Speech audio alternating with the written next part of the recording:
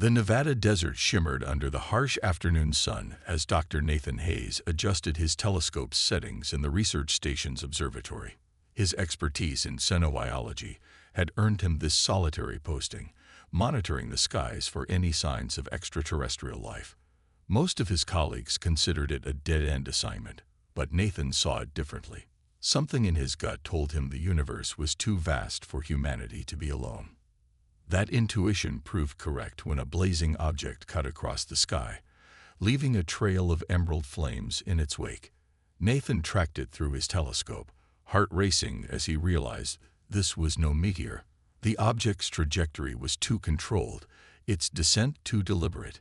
He grabbed his emergency kit and research tablet, practically flying down the stairs to his rugged terrain vehicle. The crash site wasn't hard to find. A deep gouge in the desert floor led to a sleek vessel unlike anything human engineering could produce. Its hull gleamed with an iridescent sheen despite the damage, and strange symbols pulsed with a faint purple light along its surface.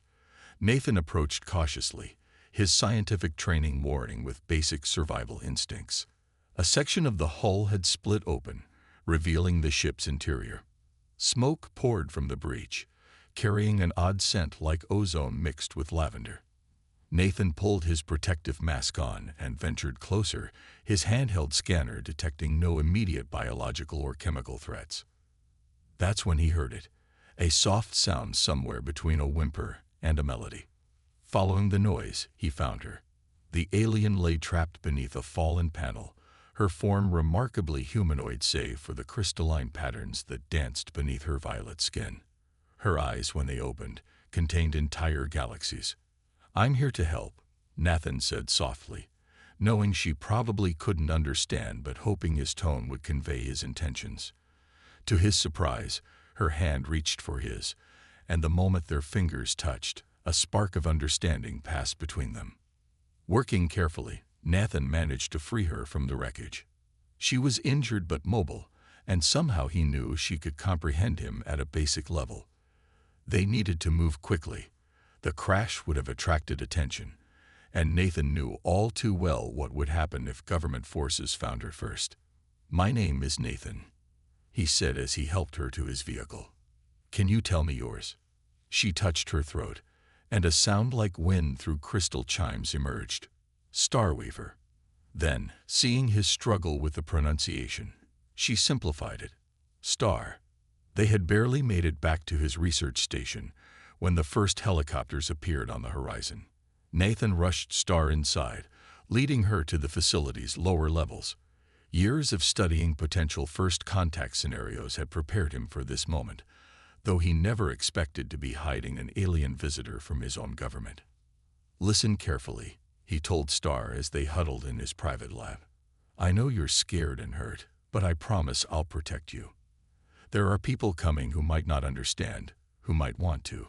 He struggled to explain concepts like dissection and experimentation to someone who had just arrived on Earth. Star's galaxial eyes met his, and suddenly Nathan felt a presence in his mind. Not invasive, but gentle, sharing images and emotions rather than words. She showed him her home world, a place of crystal spires and aurora-lit skies. He understood she was a scientist too, studying other civilizations. Her crash wasn't an accident. She had been attacked by others of her kind who feared contact with lesser species. The sound of vehicles pulling up outside snapped them back to reality. Nathan quickly activated the lab's security protocols, sealing the heavy doors. He had minutes at most to decide their next move. The research station had an emergency tunnel system designed to evacuate personnel during sandstorms. It was their only chance. "Star," he said urgently, "do you trust me?" She answered by taking his hand again, and that simple gesture carried more weight than any words could have. Nathan grabbed his backup research materials and emergency supplies, then led her to the hidden tunnel entrance. As they descended into the darkness, he could hear the sounds of the search team breaching the facility above. They emerged 5 miles away, in an abandoned mining shaft. Nathan's vehicle was waiting there. He'd remotely programmed it to drive to their location while they were in the tunnels. As they sped away into the gathering dusk, Star looked back at the distant lights of the search teams. Nathan felt her questioning thoughts touch his mind. "Don't worry," he assured her, though his heart was pounding. "I know somewhere we can go. Somewhere safe." He thought of the old research bunker in the mountains, officially decommissioned, but secretly maintained by his mentor. It would have everything they needed to plan their next move. As they drove through the night, Nathan couldn't help but marvel at how quickly his life had changed. Here he was, a respected scientist turned fugitive, helping an alien refugee escape government capture. Yet somehow, when Star's hand found his again, and that spark of connection flowed between them, he knew he'd made the right choice. The desert stars wheeled overhead, and somewhere among them was Star's homeworld. But for now, their immediate concern was survival, and the growing realization that their fates had become inextricably linked. This was just the beginning of their story, and Nathan had a feeling it would change not just their lives, but potentially the future of both their species. The mountain bunker loomed before them, its entrance almost invisible against the rocky face. Nathan guided the vehicle into a natural cave that served as a garage, carefully concealing any signs of their arrival. Star watched him with those cosmic eyes, her crystalline patterns glowing softly in the darkness. "Home sweet home," Nathan muttered as he activated the bunker's power systems. The facility hummed to life, decades-old equipment awakening from its slumber. His mentor, Dr. Harrison, had maintained this place as a fallback option for extraordinary circumstances. Nathan doubted even Harrison had anticipated harboring an alien fugitive. The bunker's interior was surprisingly well equipped. Medical facilities, research laboratories, living quarters, and most importantly, a sophisticated communications array. Nathan led Star to the medical bay first, knowing her injuries needed attention. The crystalline patterns beneath her skin flickered erratically, which he assumed wasn't a good sign. "I need to examine your wounds," he explained, gesturing to the medical scanner. "Will you let me help you?" Star nodded, then surprised him by speaking in halting English. "Learning your language through connection." She touched her temple, then his. "Mind link helps." Nathan marveled at her species' ability to absorb language through their telepathic abilities. As he treated her injuries, she shared more about herself through their growing mental connection.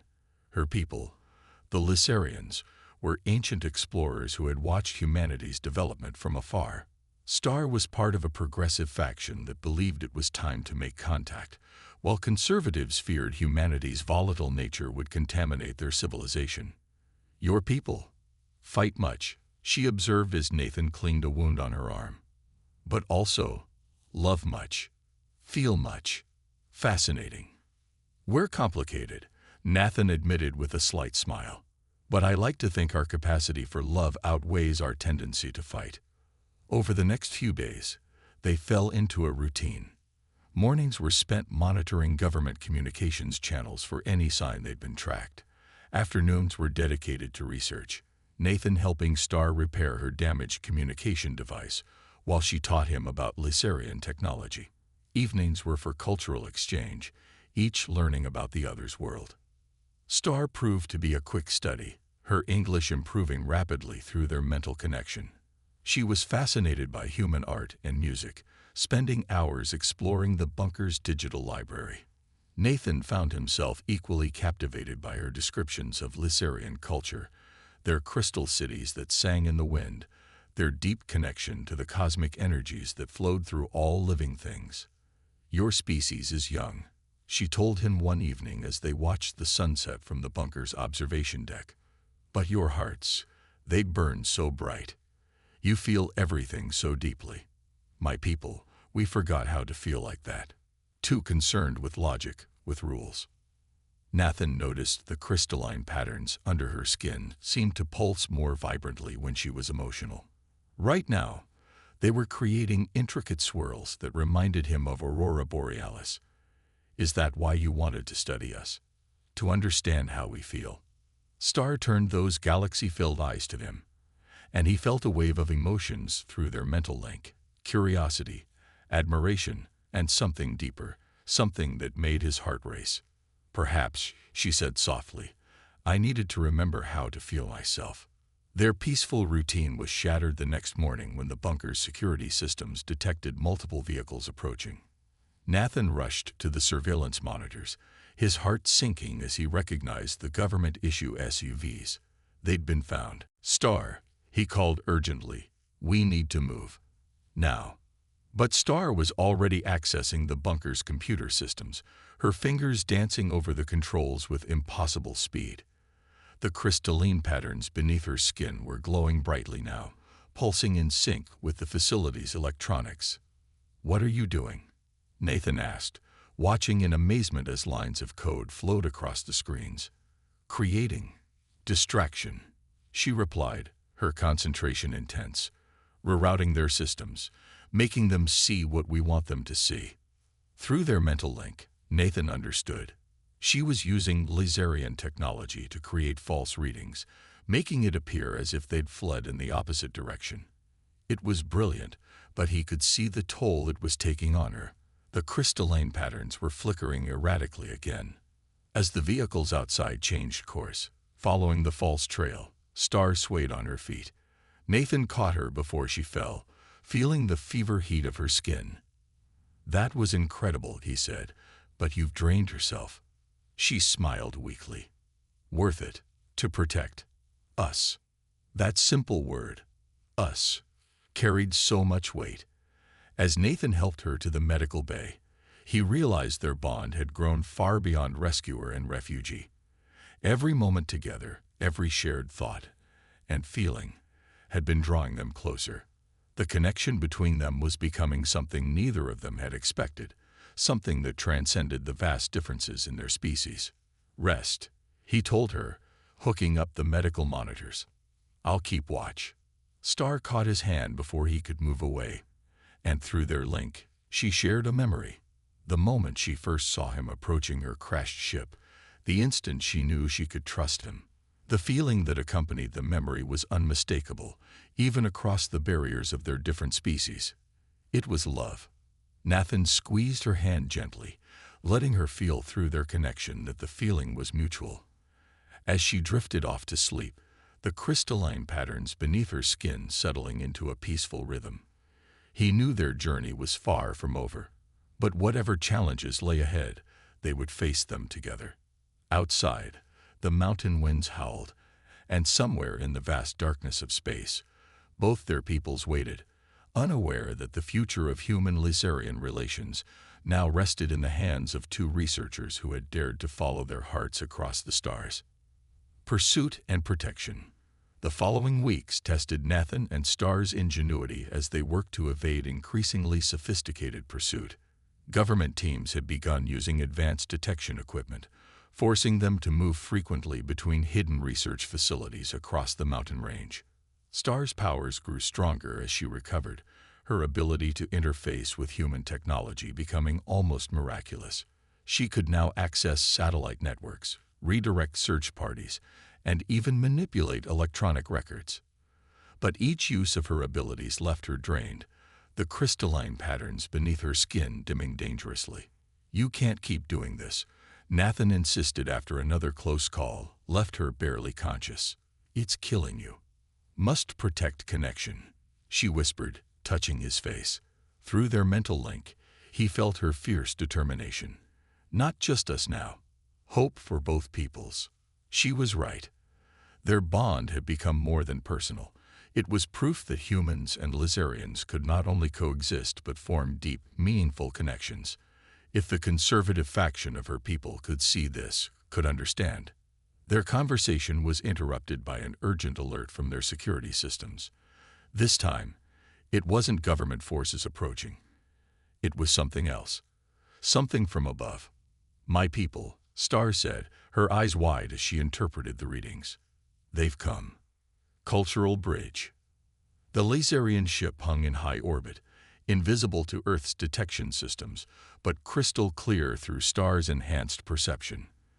Through their mental link, Nathan felt her conflicting emotions: joy at contact with her people, fear of their judgment, and fierce protectiveness of what she'd found on Earth.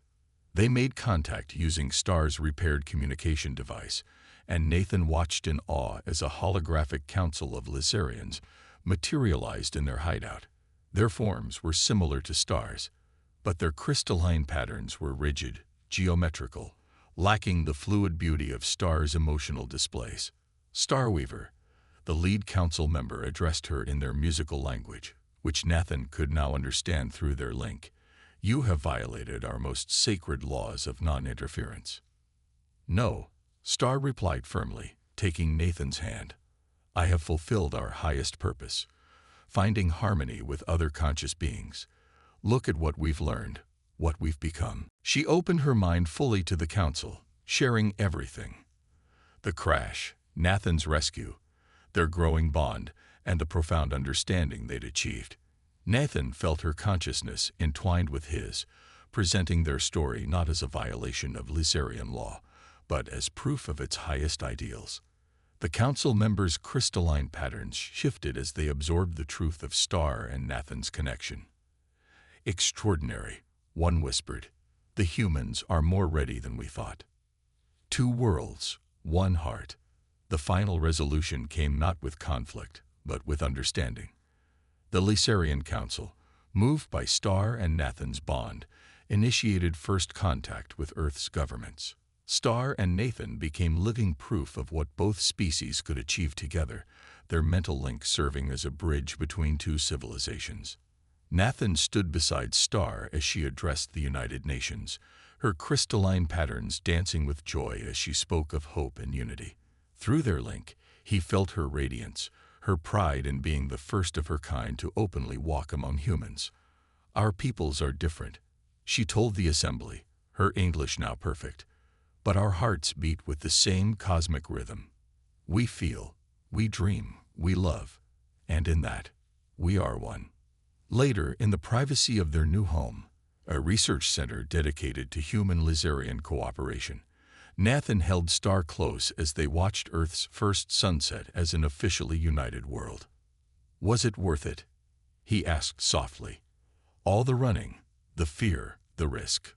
Star's crystalline pattern swirled with colors he'd learned to recognize as love. Through their link, she showed him a vision of the future, human and Lysarian children playing together, great ships exploring the stars with crews from both species, crystal cities rising alongside human ones in peaceful harmony. "Every moment," she replied, both in words and in the deeper language of their connected minds. "Love finds a way, across any distance, beyond any boundary. Even the stars themselves cannot keep hearts apart." And as they stood together, their minds and hearts intertwined, the crystalline patterns beneath Star's skin sang with a melody that echoed through both their souls, a song of two worlds, joined forever by the most powerful force in any universe, love that transcends the stars themselves. The end.